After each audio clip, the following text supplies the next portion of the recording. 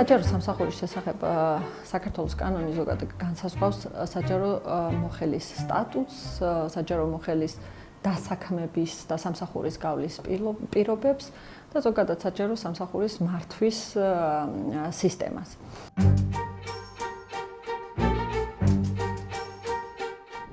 აღნიშნული კანონის მიზანია კარიერულ წინსვლაზე, დამსახურებაზე დაქვემდებარებული, პოლიტიკურ ნეიტრალიტეტზე დამყარებული რაღაც ერთიანი საჯარო სისტემის ჩამოყალიბება, რომელიც უნდა იყოს ასევე სტაბილური.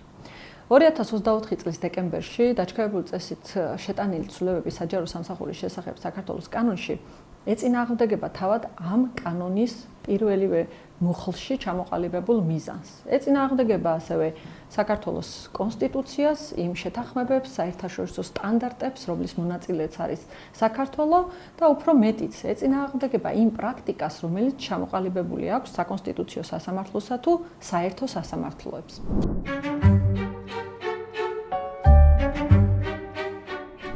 ძირითადად ცვლილებები შეეხო საჯარო სამსახურში მაღალ პოზიციებზე, ანუ მაღალი მენეჯმენტის პოზიციებზე ადამიანების განთავისუფლების გამარტივებას და ასევე დანიშვნის არსებითად გამარტივებას. თუ მანამდე ეხებოდა კონკურსი, მაგალითად პირველი რანგის თანამდებობის პირებს, მაგალითისათვის სამინისტროების მაგალითზე რომ მოვიყვანოთ დეპარტამენტის უფროსებს და მათ მოადგილებს, ამ ეტაპზე შესაძლებელია მათი ძალიან მარტივად სამსახურიდან განთავისუფლება, პრაქტიკულად ერთი თვით ადრე გაფრთხილებით სამსახურიდან განთავისუფლება ყოველგვარი მიზეზის მითითების გარეშე და ასევე ძალიან გამარტივებულია ახალი კადრის, ახალი პირის სამსახურში დანიშვნას. ჩვენ როცა ვახსენეთ თავად კანონის მიზანთან წინააღმდეგობა ამ ცვლილებების სწორედ აი ეს მაგალითი შეგვიძლია მოვიყვანოთ, რომ ადამიანი, რომელიც კარიერულ წინსვლას გეგმავს საჯარო სამსახურში, შეიძლება საერთოდ ვერ მიაღწიოს იმ უმაღლეს თანამდებობას, რომელსაც კონკრეტული საჯარო დაწესებულებაში ვხვდებით.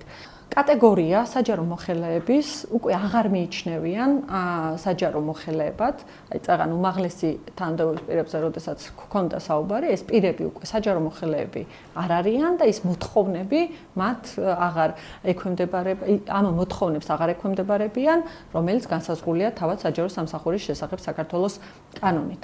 გარდა ამისა, სხვა საჯარო მოხელეების განთავისუფლების შემთხვევაში მათი დაცვის მექანიზმები არსებითად შესუსტდა.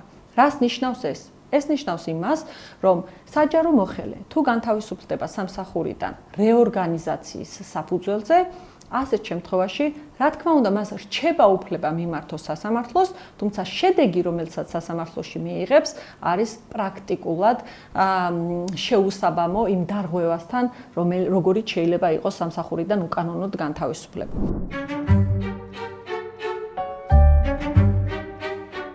დღემდე სამსახურიდან უკანონოდ განთავისუფლებულ საჯარო მოხელეს თუ ქონდა შესაძლებლობა, რომ ედავა მის უკანონო განთავისუფლებაზე, მოეთხოვა სასამართლო წესით სამსახურში აღდგენა, თუ იგივე პოზიცია ვაკანტური არ იყო, ტოლფას თანამდებობაზე დაბრუნება და ამასთანავე იძულებითი განაცდურის ანაზღაურება სრული პერიოდის განმავლობაში სამსახურში აღდგენამდე დღეს უკვე ეს შესაძლებლობა აღნიშნული ცვლილებებით საჯარო მოხელის აღარ აქვს და მხოლოდ 3 თვის თანამდებობის სარგო არის ის სიკეთე, რომელსაც უკანონო გადაწყვეტილების შედეგად საჯარო მოხელე მიიღებს, ასე ვთქვათ, სასამართლო დავის წარმატებით დასრულების შემთხვევაში.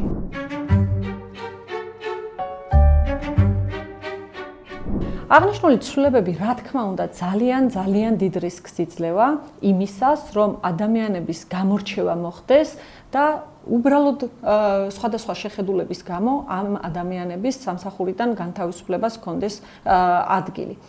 ამ შემთხვევაში მიუხედავად კანონის აღნიშნული რეგულაციისა, მე მიმაჩნია, რომ ძალიან მნიშვნელოვანია თითოეულმა საჯარო მოხელემ უარი არ განაცხადოს მისი უფლებების დაცვაზე და მიმართოს შესაბამისად სასამართლოს. პარალელურად ჩვენც ვამზადებთ უკვე საკონსტიტუციო სარჩელს, რომლითაც მივმართავთ საკონსტიტუციო სასამართლოს და მოვითხოვთ საჯარო სამსახურის შესახებ საქართველოს კანონში 2024 წლის დეკემბრის თვეში შეტანილი ყველა ცვლილების არაკონსტიტუციურად ცნობას. ძალიან მნიშვნელოვანია, რომ აღნიშნული ცვლილებები მალევე იქნეს გაუქმებული და თუ არ გაუმჯობესდა, მინიმუმ ის სტანდარტები მაინც იყოს დატოვებული საჯარო სამსახურის შესახებ კანონში, რაც აი ამ ცვლილებებამდე არსებობდა.